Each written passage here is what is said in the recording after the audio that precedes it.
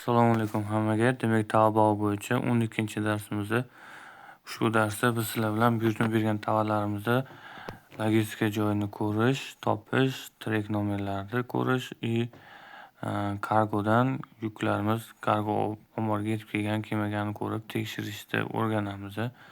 Buning uchun Taobao ilovasiga kirganimizdan so'ng, past ushbu bo'limga kiramiz. Kirgandan keyin oldingi darslarda o'tganimizdek ushbu joyda barcha buyurtmalar holatlari chiqadi.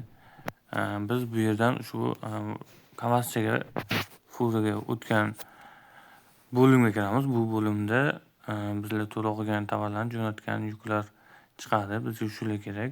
Hali jo'natmagan tovarlarda esa trek nomer bo'lmaydi. Tovarlarga trek nomer sotuvchi siz bergan adresga jo'natgandan keyin paydo bo'ladi. Demak shu bo'limga kiramiz. Demak biz hozir masalan 7 ta yo'lda harakatlanayotgan buyurtmalar bor. Keling, birinchi o'tgan darsda urgan buyurtmamizni tekshiramiz. Ushbu tovarni oldingi videolarni ko'rgan bo'lsangiz, oldingi videoda buyurtma berib ko'rgan edik. Demak biz ushbu tovarni logistika joyini trek nomerlarini ko'rmoqchimiz. Buning uchun ushbu bo'lim joyga kirganda ushbu bo'limni tanlasak kirishimiz mumkin bo'ladi. Boshqa barcha ilovalarda ham, Xitoy ilovalarida ham yoki Taobaoda ham xuddi shu yozuv tovar logistikasini ko'rishni anglatadi.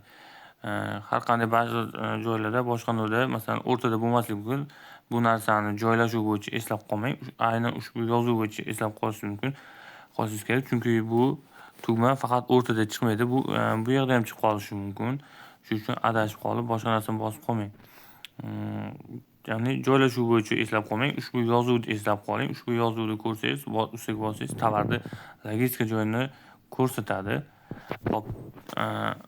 Demak, bossak ustiga mana tovarni logistika qismiga kiradi. Bu yer nima? Agar mana bu yoqqa bossak, logistika harakati bo'yicha to'liqroq ma'lumot beradi. Mana ustiga bossangiz, mana yuk qayerdan boshlab harakatni boshladi, barcha jarayonlar ko'rsatib boriladi, yozib boriladi. Bu xitoy tilida tarjima qilib o'qib ko'rsangiz bo'ladi va oxirida mana yuk aytilgan manzilga yetkazib berildi deb yozyapti. Demak, bu yuk biz bergan omborga yetib borgan ekan. Ushbu tovar rostdan bizga kargo ofisiga yetib borgan yoki yo'qligini biza kargoni botidan tekshirib ko'rishimiz mumkin bo'ladi. Tovarda trek nomeri ushbu joyda yozilgan raqamlar yoki harflar bo'ladi. Barcha tovarda trek nomeri ushbu joyda joylashgan bo'ladi. Ushbu raqamlar orqali biz tekshirib ko'rishimiz mumkin bo'ladi. Demak, buni biz qo'l yozib o'tirmaymiz. Mana bu tugma bosilsa, o'zi ushbu trek raqamni kopiya qilib oladi. Demak, biz ustiga bosamiz. Mana trek nomerni kopiya qilib oldi. Endi kargoni botiga o'tamiz. Ya'ni MyDeus.uz kargoni botiga kiramiz. Botiga kirganda bosh sayfida jo'natmalarni tekshirish tugmasini bosamiz. Jo'natma tekshirish bosgandan keyin jo'natma turini tanlang dedik. Biz esingizda bo'lsa, shu tovarda avtokargo yo'nalishini urgan edik. Demak, biz avto jo'natmalar tanlaymiz va ushbu joyda biz boya kopiya qilib olgan trek nomerni qo'yamiz.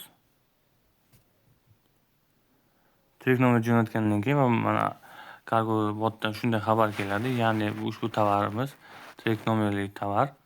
25-kuni kargoni omboriga kelib tushgan ekan va ushbu yuk avto 26-reysga ortilgan ekan va pastda ma'lumot o'rnida O'zbekistonga taxminan 10 kun, 20 kun ichida yetib kelishini anglatyapti. Demak, ushbu tovar rostdan kargoda qabul qilib olingan. Demak, muammo bo'lmaydi. Agar shu holatda trek nomer jo'natganingizda trek nomer bazadan chiqmasa, bu holatda sotuvchi bilan gaplashib ko'rishingiz kerak bo'ladi yoki hali yetib bormagan bo'lar.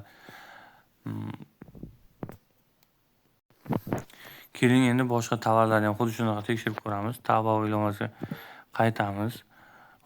Keyingisini tekshirib ko'ramiz. Keling, xohlagan biron bir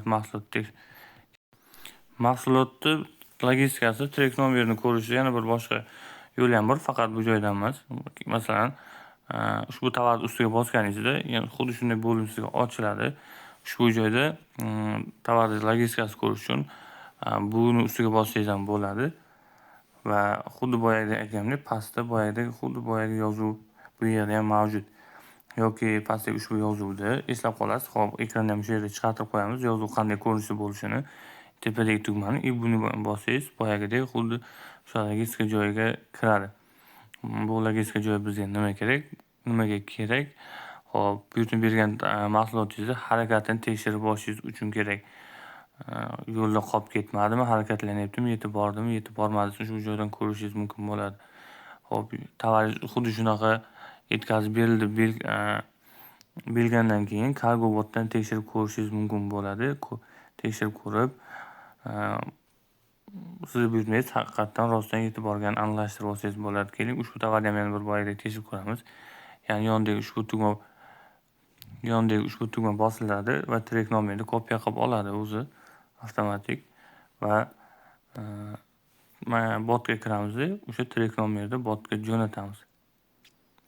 Xuddi shunday mana bot javob berdi. Ushbu trek nomerli tovar 25-kuni omborga yetkazilgan va avto 26 reysga ortildi deb aytyapti.